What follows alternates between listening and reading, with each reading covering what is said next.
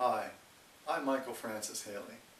You know, people often ask me, do you play the violin or do you play the fiddle? I often respond with something of this nature. Well, do you drive a car or do you drive an automobile?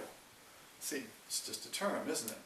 Well, the difference, let's see, what's the difference between a violin and a fiddle? Am I a violinist or am I a fiddler? Let's explore that. Some people say, well, it's the instrument you play, how much it costs. You know, a violin has to be sold in an auction for like $2 million, and it has to be made by Antonio Stradivari, you know, and you have to wear a tuxedo when you play the violin, and you have to play classical music on a violin, something sophisticated, you know. That's a general conception, stereotype of a violin player. And fiddle players often are known to wear, you know, flannel shirts. You know, and they play less expensive instruments, and they play in, say, bars, pubs, fiddle jams, that sort of nature. So, what's the difference between a violin and a fiddle? Well, you came to the right place, because I'm going to explain it to you. This is your lucky day. Okay, let's get started. Well, maybe the clothes do have something to do with it. You may have noticed that I'm wearing a tuxedo. Maybe you didn't notice, but I am wearing a tuxedo. And you would probably say, well, a violinist is supposed to wear a tuxedo, and he's, like we said, and he's supposed to play an expensive instrument, and he's supposed to play classical music. Well, I just happen to have two instruments right here, like so. Okay. So, is this two violins, or is this two fiddles? Or is this a violin and a fiddle? Can you tell the difference? Let's test the theory. People say, well, you know, a violin is expensive, it's probably made by Antonio Stradivari, and a fiddle is probably made by Joe Schmo, and you can buy it in a pawn shop or somewhere, you know, hand-me-down from your granddad or something like that. So, is one of these a violin? Is one of these a fiddle? Can you tell by looking at them? Well, maybe I should play them for you. Let's start with this one. Okay, I'm wearing a tuxedo, and I'm holding what could be an expensive violin. So, I should play something sophisticated, about Jesu Joy of Man's Desiring by Johann Sebastian Bach.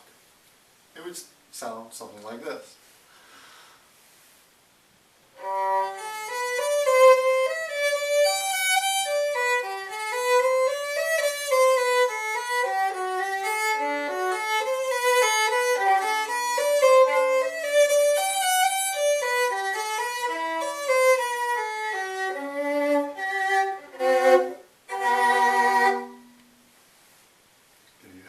Johann Sebastian Bach, Jesu Joy of Man's Desiring, played on what could be an expensive violin. Now, let's try the other one. Nothing sneaky here. See, I'm just going to get up the other instrument here. No fancy camera work, no sleight of hand.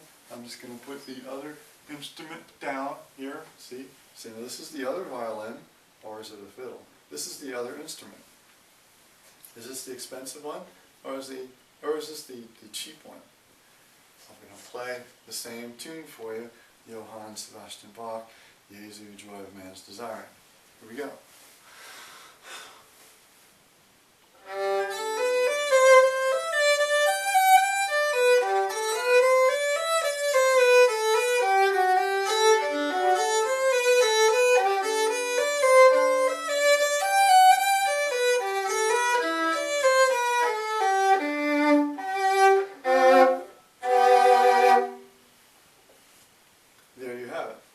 Two different instruments.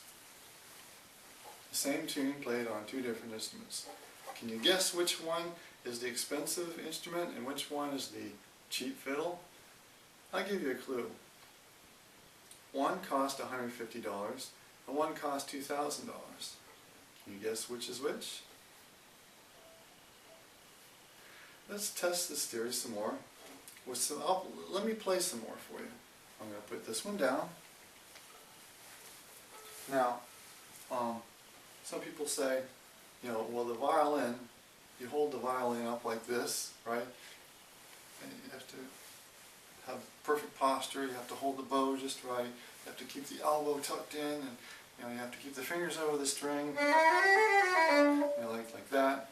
You know, the violinists are obsessed with technique and intonation.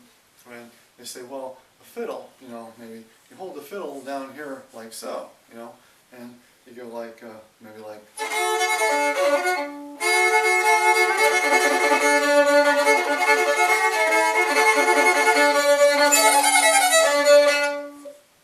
Now, that probably looked a little silly to you, didn't it? I was just illustrating a point. You probably would not see a violinist dressed in a tuxedo playing an expensive instrument, or expensive violin, and playing Soldier's Joy, you know, a common American fiddle tune. Now let's try with the other instrument. Nothing sneaky here. Getting the other instrument. Here we go. Okay, this is the other instrument. You would hold, if this is an expensive violin, I would hold it up like this, right? If this is a cheap fiddle, I would hold it down here like so. And, you know, now,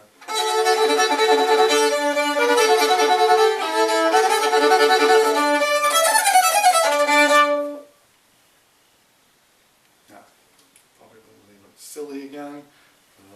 I'm just illustrating a point for you. You know, a violinist in a tuxedo probably would not be playing an expensive instrument like this, you know.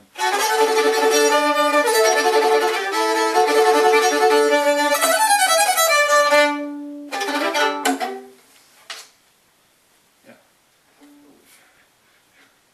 probably looks silly to you, but again, I'm proving a point.